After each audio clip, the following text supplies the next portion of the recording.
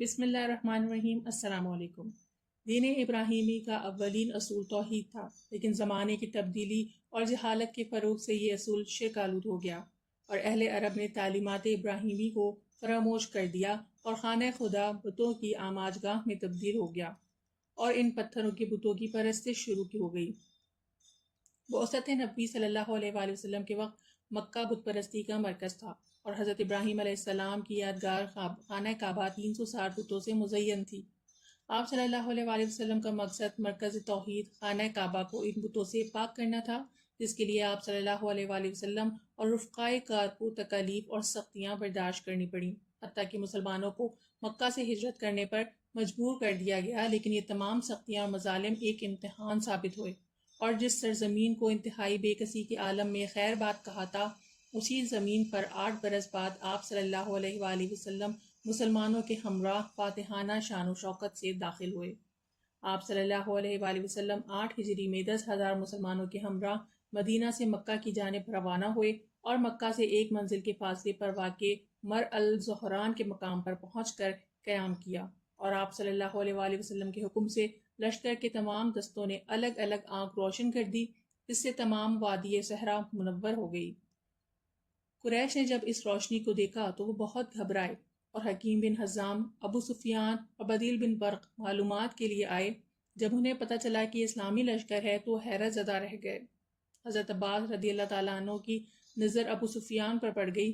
انہوں نے ابو سفیان کو آپ صلی اللہ علیہ وآلہ وسلم کی خدمت میں پیش کیا۔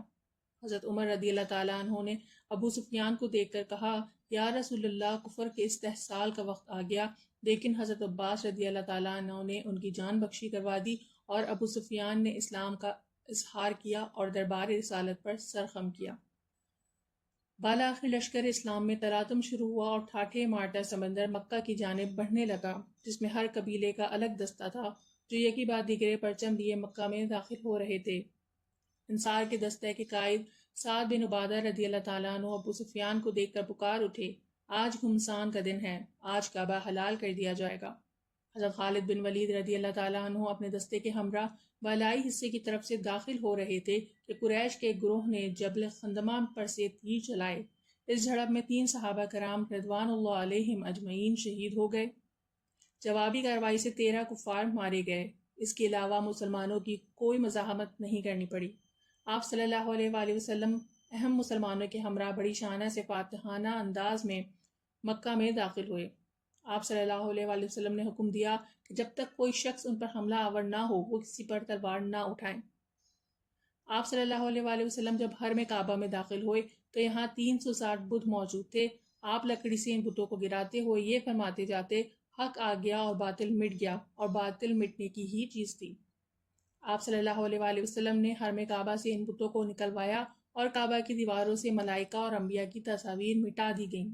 اس کے بعد آپ نے نماز شکرانہ ادا فرمائی اور مکہ میں پہلا خطبہ ارشاد فرمایا کہ اللہ کے سوا کوئی معبود نہیں، اس کا کوئی شریک نہیں، اس کا وعدہ سچ ثابت ہوا اور اس نے اپنے بندے کی نصرت فرمائی اور تمام گروہوں کو شکست سے دوچار کیا۔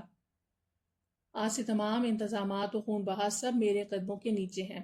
اے قوم قریش، اب جاہلیت کا غرور اور نسب کا افتخار خدا نے مٹا دیا۔ تمام انسان آدم کی نسل سے ہیں اور آدم مٹی سے بنے تھے۔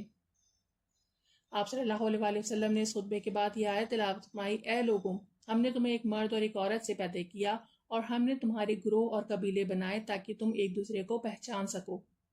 آپ صلی اللہ علیہ وآلہ وسلم نے اس کے بعد مجمع پر نظر ڈالی تو ان میں وہ لوگ بھی شامل تھے جو اسلام دشمنی میں پیش ہوا کرتے تھے۔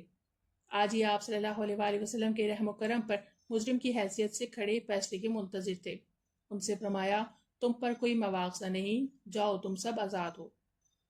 مظلومی میں صبر، مقابلے میں عزم، معاملے میں راست بازی اور طاقت و اختیار میں افو درگزر تاریخ انسانیت کے وہ نوادر ہیں جو کسی ایک شخصیت میں اس طرح کبھی جمع نہیں ہوئے۔ یہی اسوہ حسنہ قیامت تک ہر انسان کے لیے دنیا اور آخرت میں فوز و فلاح کی ابدی دستاویز ہے۔ اگر ویڈیو پسند آئی ہو تو ہمارے چینل کو ضرور سبسکرائب کیجیے اور یہ ویڈیو اپنے دوستوں کے ساتھ شیئر کیجیے۔ السلام علیکم۔